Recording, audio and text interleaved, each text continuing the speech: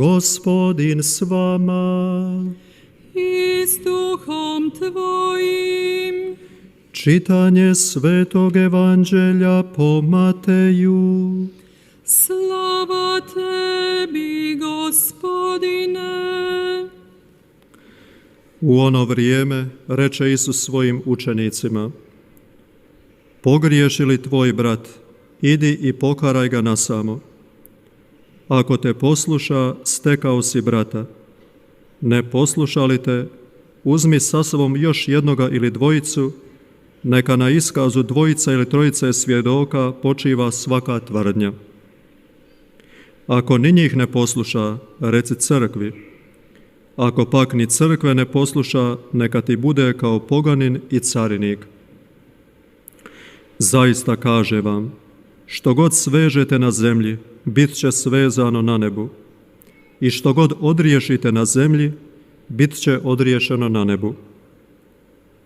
Nadalje kažem vam, ako dvojica od vas na zemlji je dodušno zaištu što mu drago, daće im Otac moj koji je na nebesima. Jer gdje su dvojica ili trojica sabrana u moje ime, tu sam i ja među njima. Riječ Gospodnja. Slava tebi, Kriste.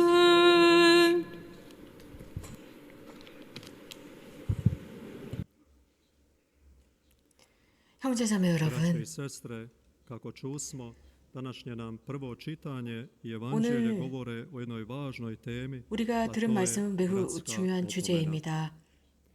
이것은 형제적인 경고입니다.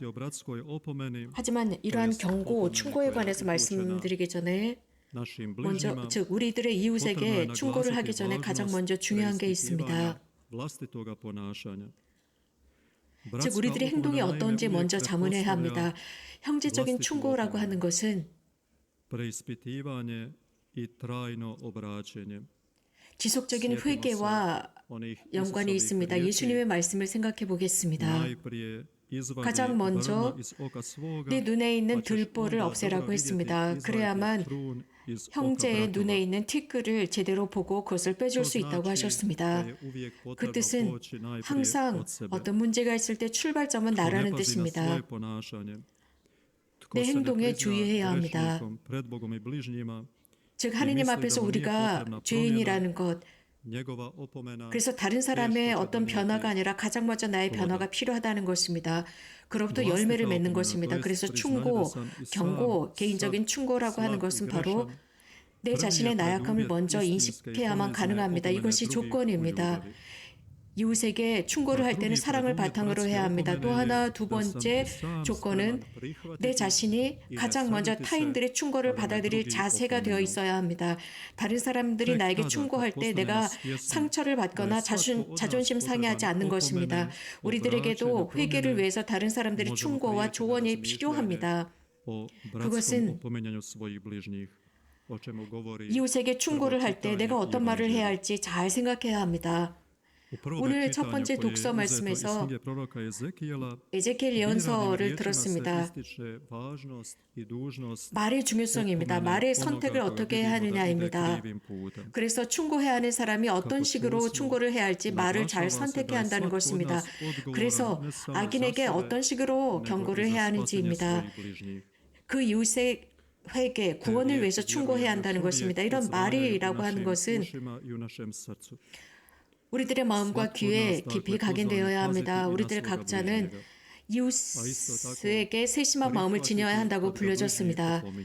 가장 먼저 이웃이 나에게 충고할 때 그것을 받아들이는 마음입니다. 그렇다면 우리는 먼저 이렇게 자문해 보아야 합니다. 어떤 식으로, 누가, 어떤 방법으로 내가 어떤 식으로 충고해야만 다른 사람들에게 좋은 열매를 맺을 수 있을까? 내가 어떻게 이 충고를 할 때 어떤 식으로 처신해야 할까입니다. 이 부분에 관해서 예수님께서 복음에서 답을 주시고 계십니다. 여기에서 정말 중요한 것은 단계를 거치는 것입니다. 즉 충고나 조언의 단계입니다. 예수님께서 바로 이 말씀을 하고 계십니다. 우리들의 이러한 조언이 자칫 잘못하면 아주 나쁜 열매를 맺을 수 있으니까요. 그래서 중요한 것은 이렇게 조언할 때 그 첫 단계에서 교만하게 하는 것이 아닙니다. 가장 먼저 겸손한 마음으로 하는 것입니다. 열어놓은 마음입니다. 그래서 상대편에게 어떤 열등감이나 혹은 자존심 상하는 말을 하지 않는 것입니다. 조언이라고 하는 것은 겸손과 사랑을 담아서 해야 합니다. 그래서 예수님께서 하시는 말씀은 누군가가 너에게 잘못을 했다면 죄를 짓거든 즉시 거기에서 호통을 모든 사람들 앞에서 호통을 치는 것이 아니라 가장 먼저 그를 따로 불러서 사랑으로 타이르는 것이라고 했습니다. 그가 하고 있는 것이 어떤 것인지 잘 보도록 그가 잘못한 것을 잘 보도록 사랑으로 타이르는 것입니다. 그런데 그가 그 말을 듣지 않으면 다른 형제를 불러서 다시 한번 경고를 하는 것, 즉 조언을 하는 것입니다. 이런 식으로 예수님께서는 이 조언의 두 가지 단계를 구별하고 있습니다. 첫 번째는 개인적인 것이고 두 번째는 공적인 것입니다. 하지만 이 두 가지를 하면서도 항상 조심해야 할 것이 있습니다. 우리들이 하는 조언이나 충고가 정말 바른 열매를 맺을 수 있도록 해야 합니다. 나쁜 길로 넘어가지 않도록 그가 자존심 상해서 굉장히 부정적으로 받아들이지 않도록 말입니다. 불행하게도 우리는 일상을 살아가면서 이런 식으로 좋은 결과를 얻지 못한다는 것입니다. 조언을 할 때도 우리들의 행동은 굉장히 부정적입니다. 그래서 거의 3분의 2가 부정적인 결과를 얻습니다. 누군가가 잘못하고 있을 때 우리는 즉시 모든 사람들 앞에서 우리도 모르게 호통을 치거나 비난하거나 비아냥거리거나 큰 소리를 냅니다.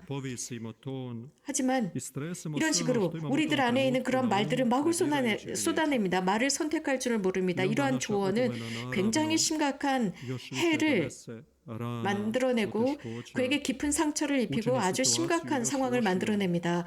그리고 다른 사람들에 의해서 수치심을 느끼게 합니다. 또 하나 자주 일어나는 것은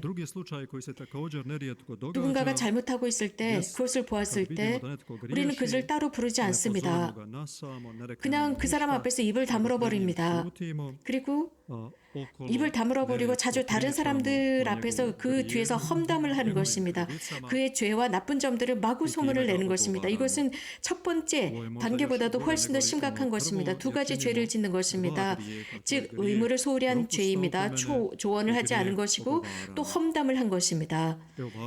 그러면서 이런 것으로부터 우리는 좀 떨어져야 할 중요성이 있습니다. 그래서 이웃에게 충고를 할 때는 가장 먼저 예수님께서 지금 말씀하시는 것처럼 따로 부르는 것입니다.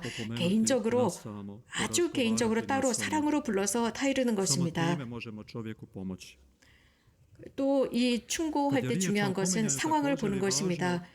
언제 이런 충고를 해야 할까? 그 상황을 잘 선택할 줄 알아야 합니다.